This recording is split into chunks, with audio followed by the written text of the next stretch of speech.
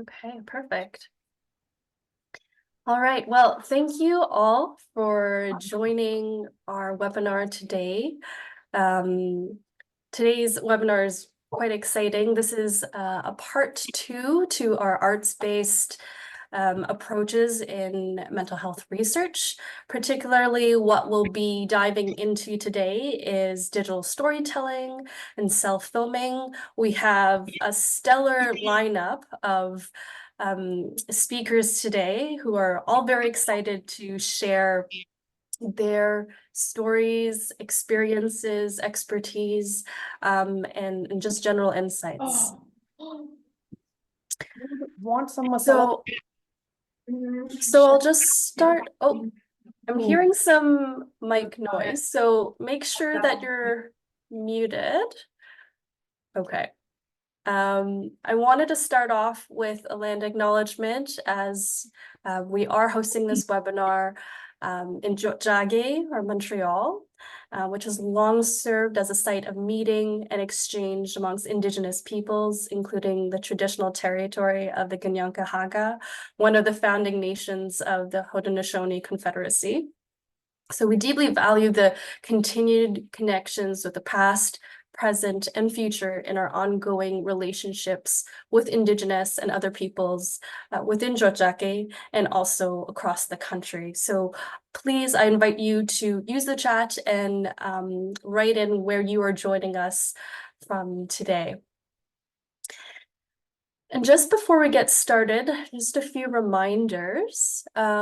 So please remember to mute yourself unless you are sharing something or you've because it is quite distracting for presenters. So please make sure that you mute yourself to avoid any interruptions. Something we highly encourage everyone doing is using the chat function as a means of engagement. Please feel free to write in English or French, whatever language you are most comfortable with. Feel free to ask questions and leave your comments and experiences in the chat as well. So throughout the webinar, we will have some questions for the audience. So the chat will be a great tool to again, express your perspectives. Something else to share is that we are recording this webinar. However, the film screening will not be a part of the recording, just to respect the privacy of our filmmakers. And lastly, the presentation slides from our speakers will be available in both English and French.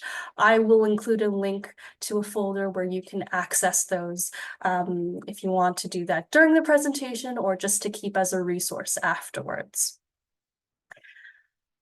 And one last thing, just a general overview of how the webinar is going to be structured. We're going to start with kind of an overview of what digital storytelling and self-filming is from Manuela and Salome. And then we are very lucky to have with us digital storytelling filmmakers with us, Lily, Becky, and Thomasine, who will be sharing their films and also giving us some insights on their process and experiences throughout. So I'll let them introduce themselves, and right now I think I'll turn it over to Manuela.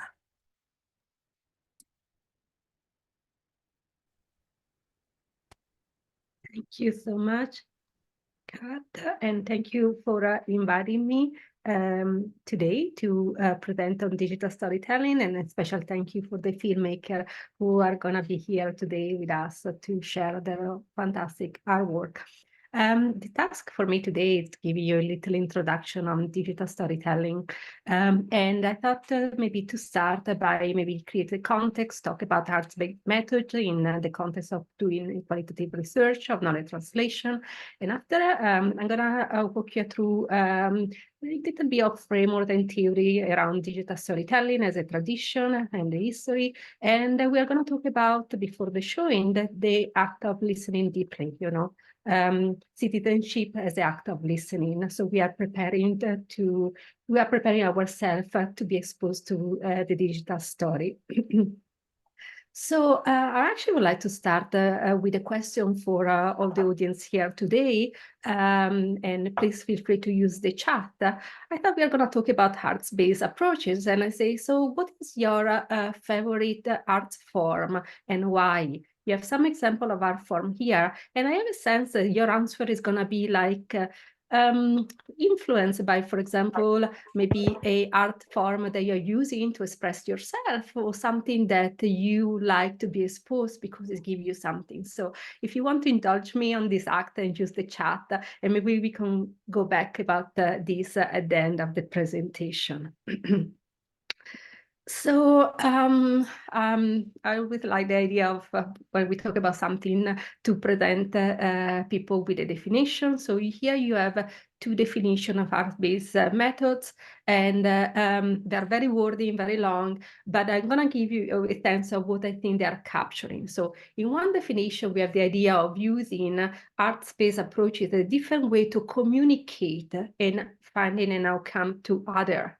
And that's, I think, talking about the idea of researcher that have this beautiful, maybe qualitative work, and that they wanted to share it with others using different forms. And you have researchers that use poetry, dance. Catherine Baudel gave us a beautiful example during the first webinar, or for example, theater or other form of.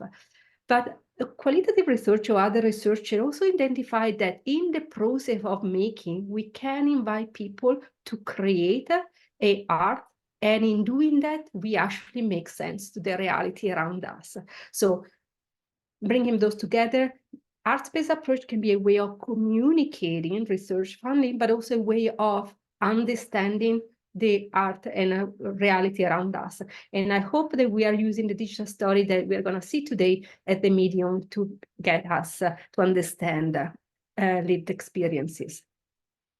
Here you have a few examples of art-based approach, so you can see the different, narrative inquiry from music research to visual arts. And today we are diving in again in visual arts in the context of digital storytelling and self-filming. This is the definition of art-based approaches. So it's coming from the genre of filmmaking, and it's autobiographical filmmaking, where a person writes a script, a text in first person, and use a mix of images, video, audio, multimedia to really tell a story. Digital storytelling is usually in between 3 to 4 minutes long. And you will see, and I will walk you through the process of how we get to create digital story.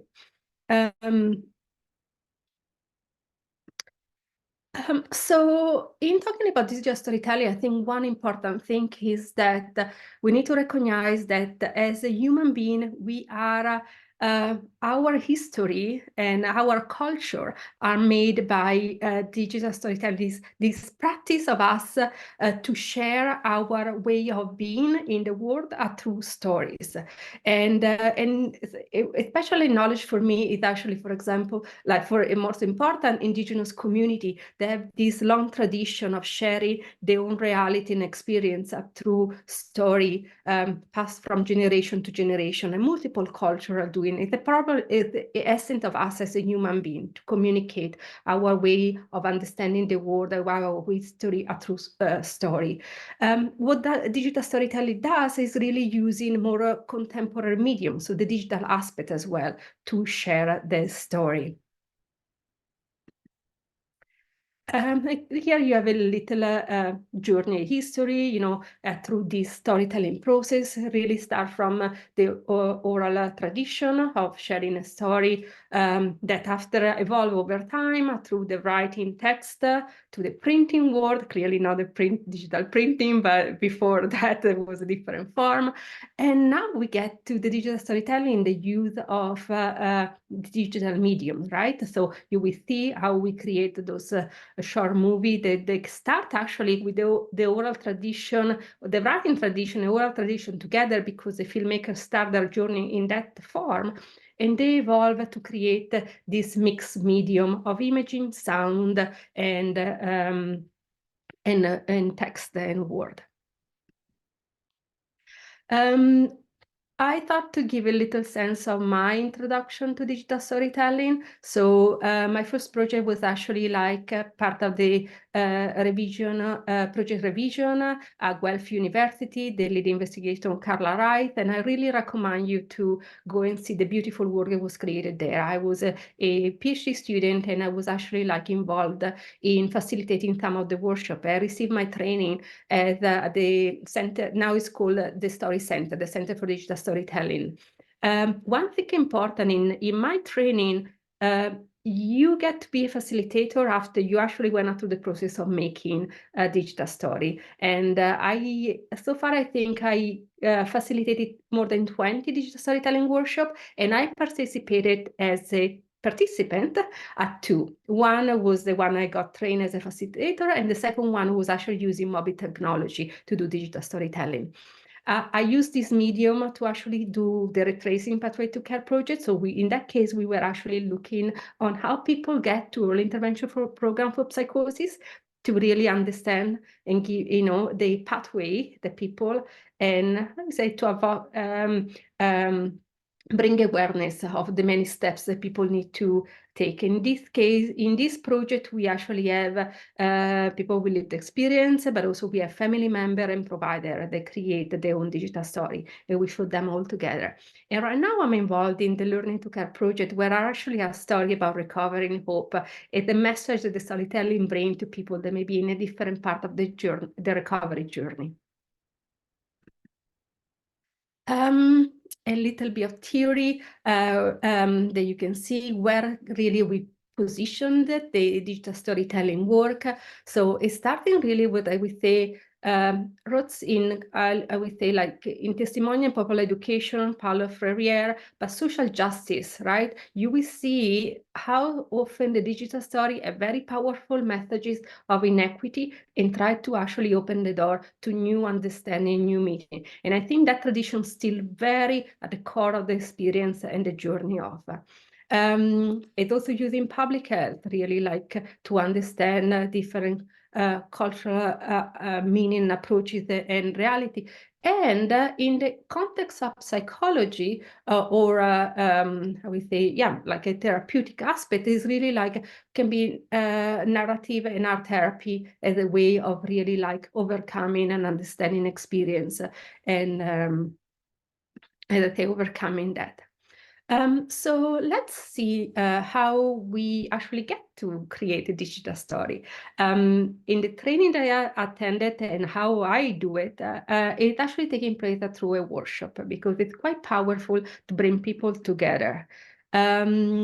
And in the workshop, I used to do was 3 days workshop, and I'm going to walk you through the agenda so you have a sense of what the person is experiencing or what the participants are doing, but also you're going to find out from our filmmaker their experience as well. Right now, actually, we were able to do the digital storytelling in 2 days, which is quite intense. One important step is actually the pre-meeting. Always spend time to meet with the storyteller before the meeting, because everyone gets very, very excited about telling a story and making a movie. But when they really get into to understand what does it mean to find the meaning of the story, revisiting something that may be a traumatic moment, you don't know as a facilitator if everyone is ready or not. And how to do that is really to do the pre-workshop, to really understand, like the pre-meeting, to really understand how the person is doing and if he's ready to do the workshop. And part of doing that is also watching story together. I'm a big fan of watching this storytelling together in multiple before the workshop, but also during the workshop, because it's helping to really find their own voice.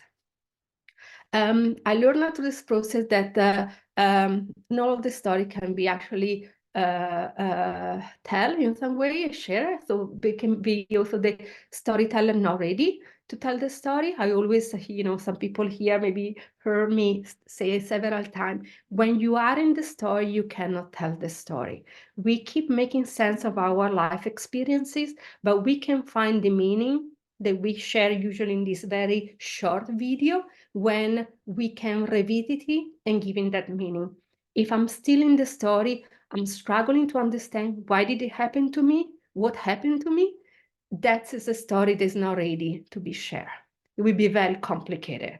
And that's what I try to tell the storyteller filmmaker. Can be that they attend the workshop, but maybe they need to consider another moment in life that they want to share through the digital story. So I say, like, we do the pre-workshop, we say, and after that's actually how we now structure the workshop.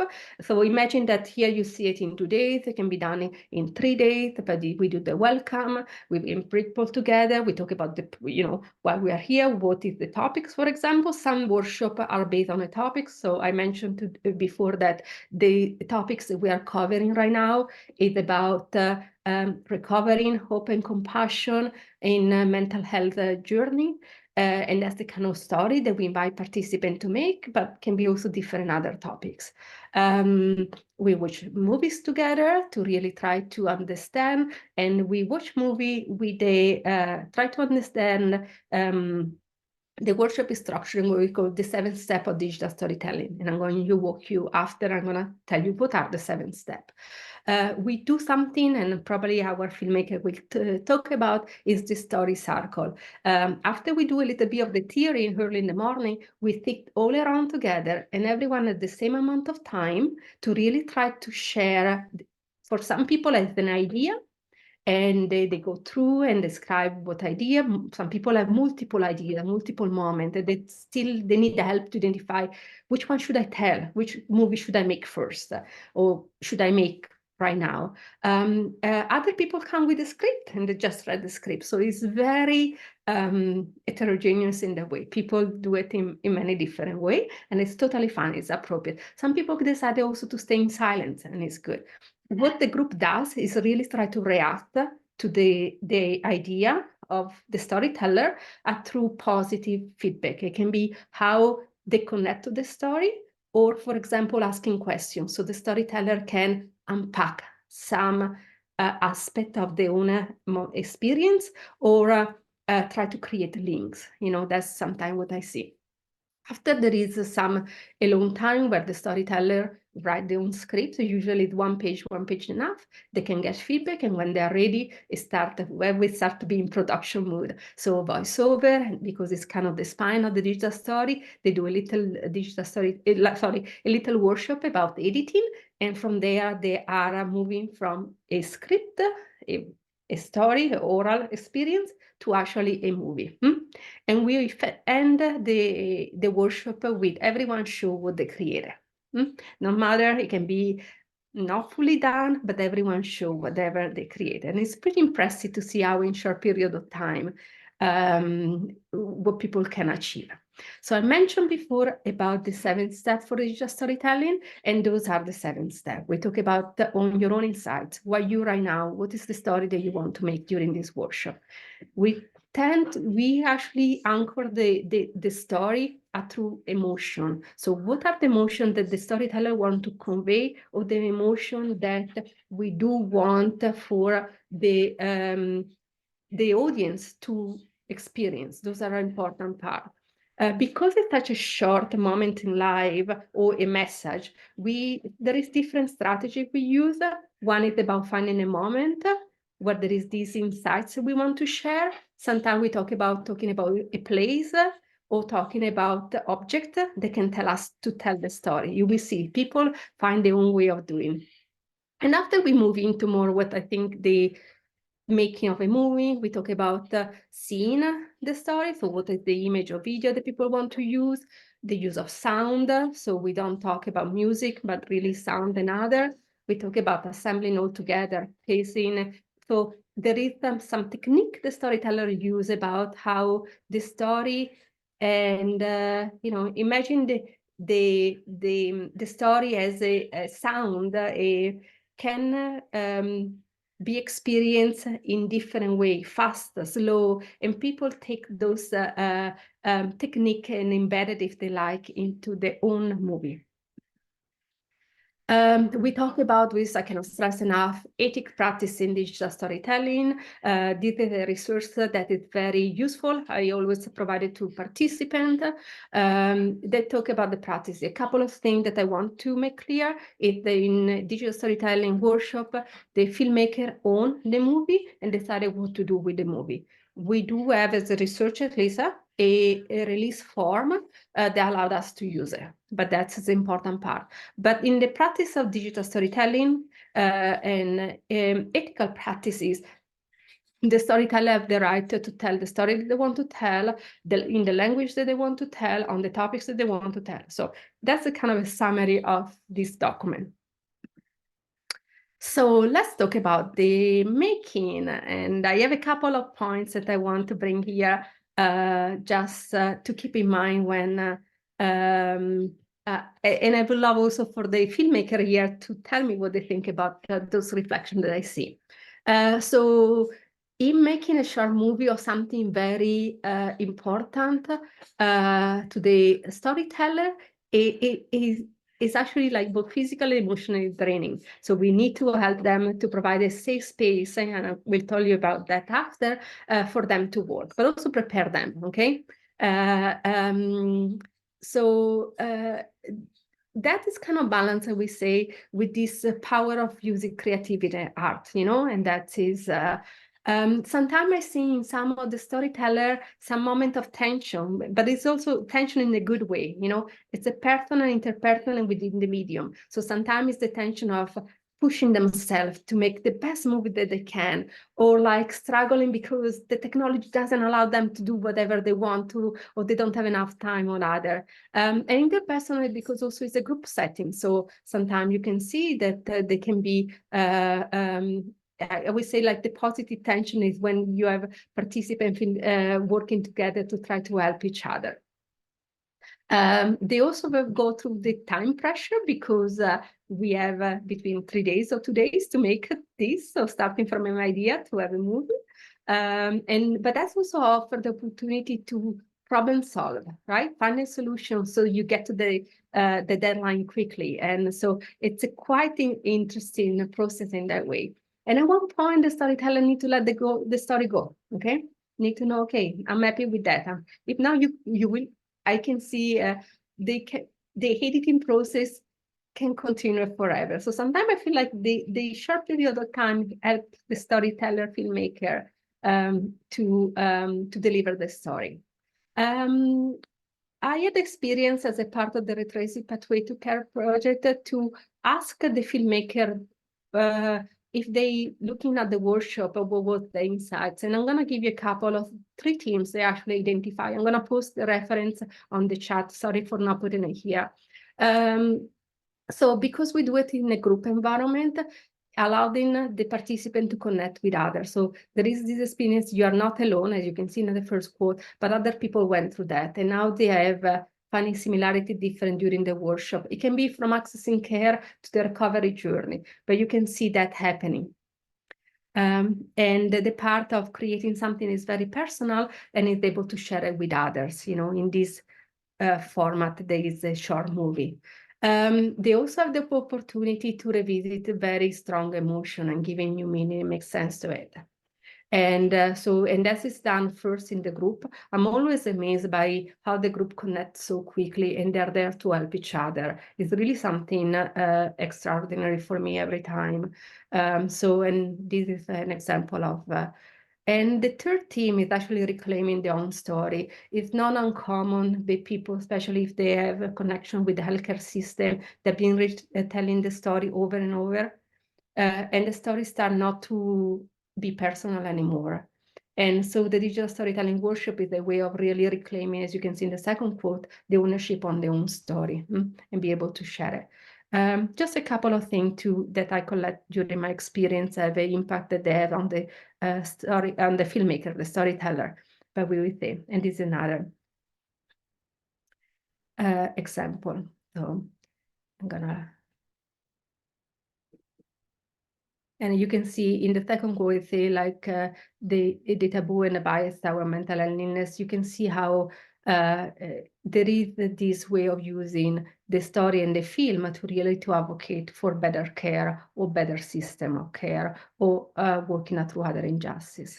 So one slide just to tell you about my experience as a facilitator, and I'm gonna just quickly bring a couple of points.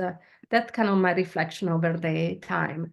Every time I walk into a workshop, I need to trust the process and the storyteller. I'm not going to make the story for them. I really need to know that in creating this space for them, they will create what they wanted to create. Or not create anything if they don't want to. That's totally fine. But the most important is their physical and mental well-being.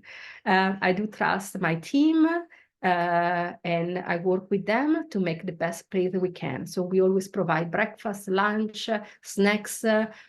We remind people to take pause. And that is a way to create a safe space. And we try to have a rule of sharing and responding to the story, and that is create a safe space both for the storyteller but also for the team. Sometimes you don't know, someone might come up with a want to describe a story. They may also be bringing a traumatic experience or a visiting moment difficult. That can be for the staff, the working in doing the workshop, but also for other participants. So they always be attentive whatever is happening in the dynamic and other, provide a very flexible environment for people.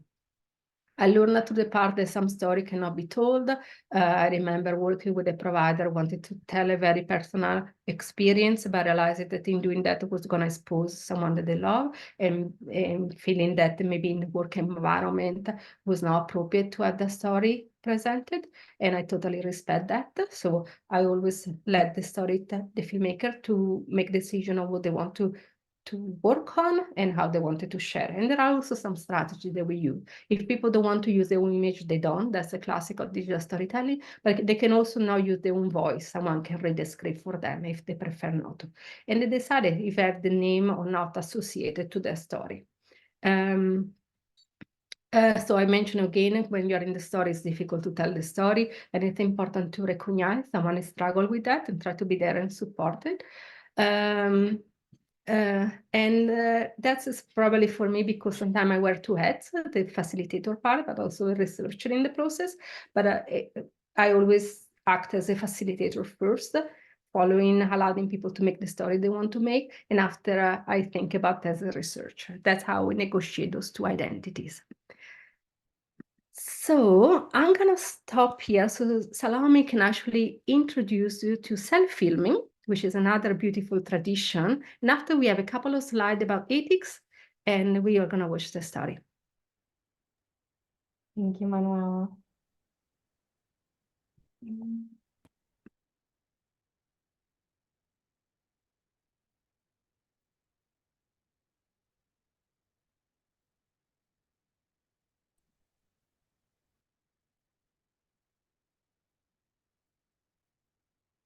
Can everyone see my screen and hear me well? Yes. Great, thank you. So as Manuela mentioned, today I'll be giving a brief presentation about cellphilming in a context of research. And there are some differences regarding between cellphilming and digital stories, but there are also many things in common, and we can discuss them later. And as an overview of today's presentation, today I'll be talking a little bit about the concept, the theory, and the process of cellphilming. And towards the end of my presentation, I'll briefly describe the procedure of one of our own projects using cellphilming. And during the second part of the workshop, we'll be able to see a couple of examples of cellfilms that were produced in the context of that research project. And first of all, for those who are not familiar with the term, your guess was probably right. Cellfilms are films made with cell phones, typically short films, and they have been used in many different contexts, from citizen journalism to works of fiction and cinema. But today I'll be specifically focusing on the use of cellfilms for research. And cellfilming as a research method was pioneered by Mitchell and DeLange, and specifically in the context of a research project taking place in a rural area of South Africa engaging teachers to discuss and propose solutions to the issues of HIV among youth. And these researchers, they had been using several visual methods like photo voice and participatory video before. And because of that, the self-filming tradition itself is closely tied to the tradition of participatory action and community-based participatory research.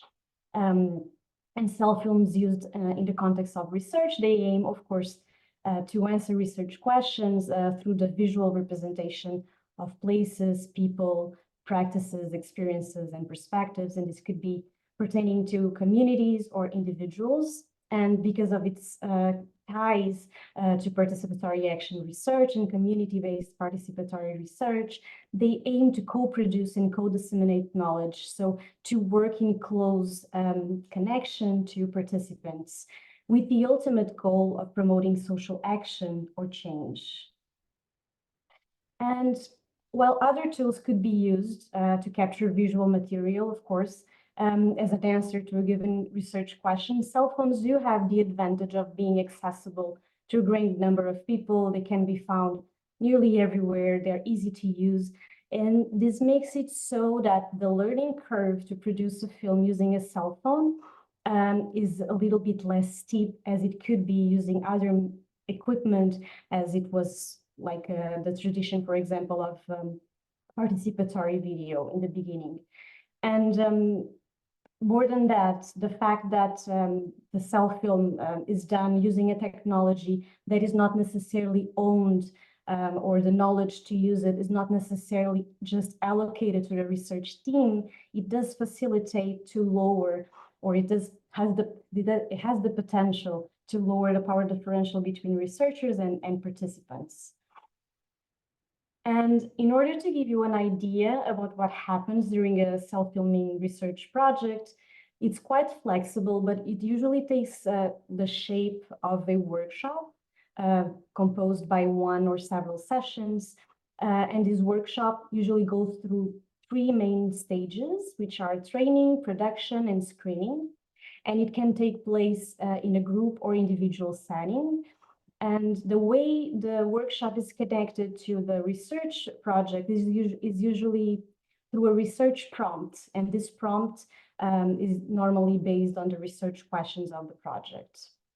And once participants have debriefed and have been prompted about the project, usually several iterative steps follow.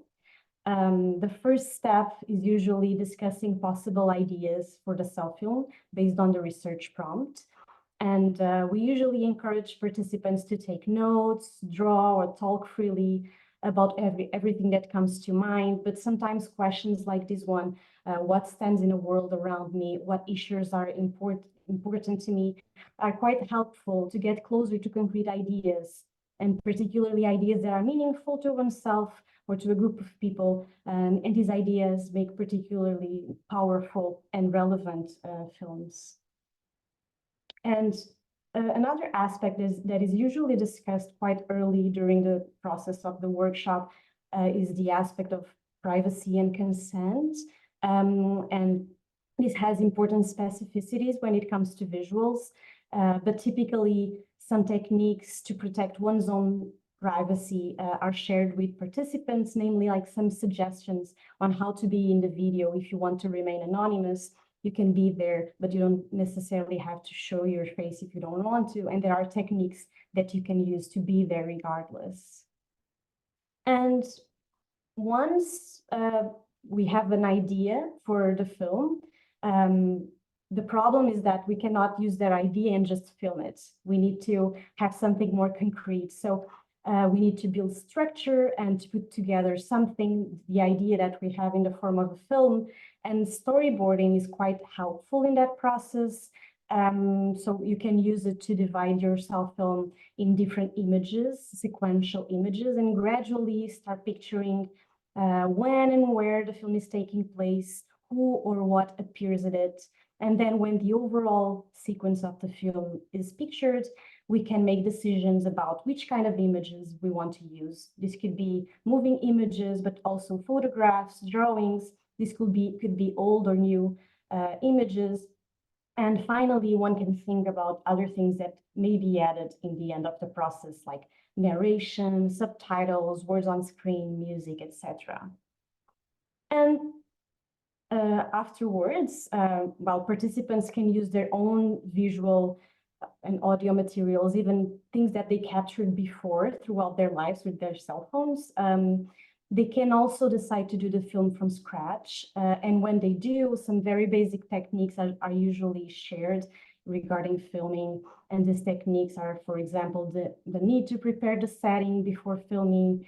If it's done outside, the importance to make sure that there are no identifiable passersby, and to make decisions regarding perspective, orientation, sound quality, and so forth. And if participants do choose to do a movie from scratch, they are usually encouraged, because the idea is to keep it as simple as possible and focus on the message of the film, but so therefore they are encouraged not to edit, to use a no editing required approach, which basically means to either film the different scenes of the film through one shot, or to use the pause and record functions of the cell phone camera to film the different scenes of the film. However, for those that are interested in exploring like film editing, there are several options available for free and easy to use, some of them even available in the cell phone. And in the context of our own research project, for example, we did provide help regarding editing for several cell phones. And towards the end of the process of self-filming, once the self-films are ready, participants usually meet together, or only if with the researcher if they prefer, to discuss their experiences, their perspectives, to share their cell phones and identify global messages, differences, similarities. And in the case that actionable problems are identified during the discussion, solutions for these problems may be solved within the group. And finally, this is something that we discuss early on, but also during the group discussion. So it is important to know who is the audience for the film, for each one of the films. And this is discussed with the participants. Ultimately, is their decision who should see this film. But in the second part of the webinar, Manuela will talk a little bit more about the ethical aspects of using visual material in research. And just as the last part of my presentation, and as an example of a project that uses self-filming as a research methodology, we developed with other people here today, Manuela, Adrienne, and of course, Vidia as my supervisor. We developed a project using self-filming. And we use this methodology because using images are a very good way of conveying aspects of narrative and context in which we were particularly interested on.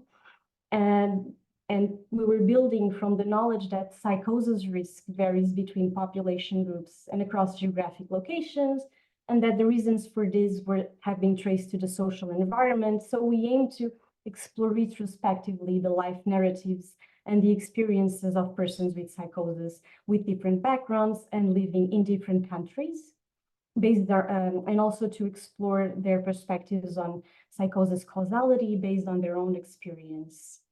And in order to do this, we developed a protocol, a qualitative study that included participants from early intervention services for psychosis in Montreal and Amsterdam.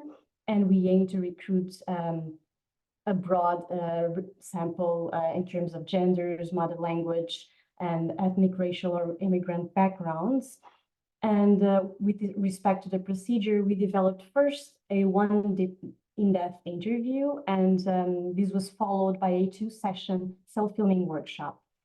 During the first self-filming workshop, we explained the research project and the process of self-filming to participants. And as for the prompts of the project, participants could choose between one of these two. What could be a story in your life that shows how your surroundings impacted you? Or based on your experience, what things could cause or increase the risk for psychosis? After that, participants would be able to work on their own cell films for at least 1 week, with help being provided on a one-on-one basis as needed.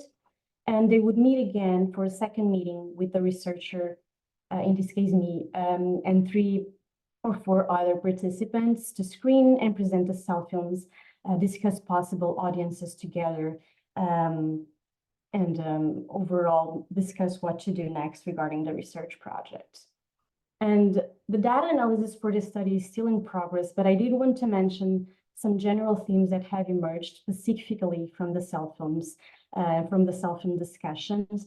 And I wanted to focus on the last theme because most participants chose, when they were asked about aspects of the environment, or episodes of their lives that show how the social environment impacted their lives, they have chosen to focus on films that convey experiences or circumstances that instill hope and facilitate rebuilding of structure and meaning after going through difficult times.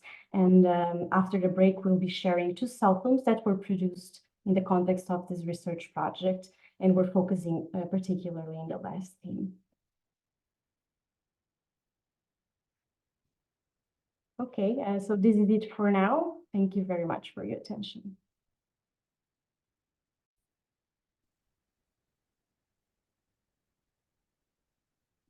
Thank you so much, Salome.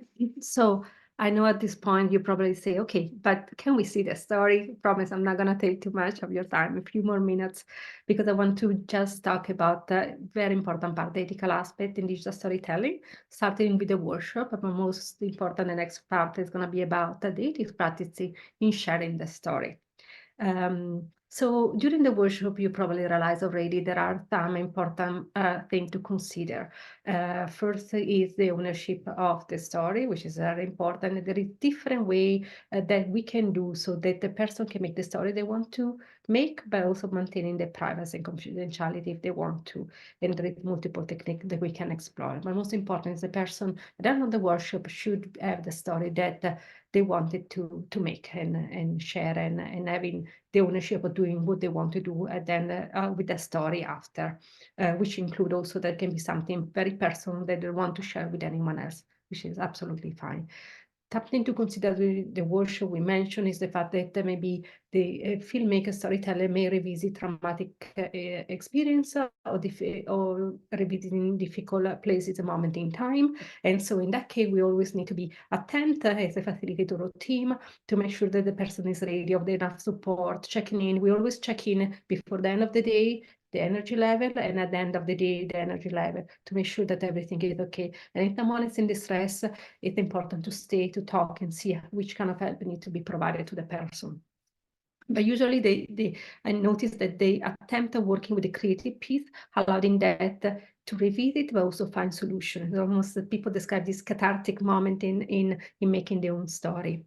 Sometimes I also feel that there is a pressure to make a very compelling story, and this struggle, and maybe that's my fear sometimes as a facilitator, that the person end up to over disclosing, and after they may be not in a position to deal with that because it's there and the movie is there. So always checking in and making sure that the person making the right decision and is ready with that level of sharing, both as a story, but also as a presence in the movie, whatever present they want to. So the important part is after what we do with the digital story, how we share that. So there is some tension and something to consider, which digital story to show, when and how. Not all the story may be appropriate. I remember me and Salome talk about some of the story we want to. Definitely, we're both passionate about the topic, so we would like to share all the story we can with you. But sometimes also some story, maybe there were some story, for example, may talk about suicidality or other topics. They say, yeah, I will be okay to do it if we were all in a room and I can check in, but I don't have the moment to check with everyone remotely or to know that you're safe. And so we can do, we can let you know the topics, but we also decided that maybe we wanted to present you with topics and having the filmmaker here so you can answer their question and help to navigate maybe some exposure to something that can be in some way at the part of maybe traumatic for the viewer, right? We need to prepare the viewer as well, or setting the environment, the space for them to be exposed to story in a safe space. Most important, we want the filmmaker to also do that. And in that case, it's maintaining, honoring the ownership of their own story. So inviting the filmmaker to be present, to answer the question, so they can also really be there and sharing their experience and helping the audience to understand both the message, but also the experience of the making. The part that I really want to end, and we have 2 questions for you, is the listening, the act of citizenship. So listen deeply, what I like to say, really as the way, as you can see, stories are made with the intent to maybe bring awareness on equity, or with kind of social justice intent and aim. And so as a citizen, let's engage with that meaning and try to see, reflecting of how can we actually do better now that we know, now if we really listen to the message of the storytelling, what can we do to do better? And that's a quote that I really like. So narrative, imagine us, our experience, our story, rarely, if ever, actually have a solitary existence. They operate connecting in relationship to other stories. So when we see something, we respond. We tend to respond in an analytical way, but actually we respond to our own experience, our worldview, our way of understanding. So when you engage with the story, stay with the story, but also that story is, you're connecting through your own lived experience and your own story. So it can go in synergy, connecting, you find similarity, but also sometimes not. There is some element of confronting or resisting to one another, but there is some meaning to find in that experience. So be open to that experience and to listen. Just an example of another project where the retrace pathway, we show the story, and you realize how if the viewer engage, really give new meaning, they understand the different reality, this appreciate the story, the people that make the story, and they really try to use the story to be better in some way, which is what we're trying to. So in watching and be exposed to the digital story we're going to show today, there is like this act of the listening deeply. And so we have some guiding questions we would like you to reflect, and Kat is going to post them also on the chat. What struck you about the digital story? What resonated with you? How you're connecting or not connecting with the story, in which way? How the digital story challenge our preconceptual understanding of mental illness, or whatever is the topics of the story. It can be recovering, can be many other aspects of, well, what are we learning from? The last one, sorry, I just know it's 111. They're all very important for me. So the last one, which I really like value, is what impact, if any, does the digital story have on your life? And talking about your personal life, your work life, or many other identities that you have, or you feel to respond to the story.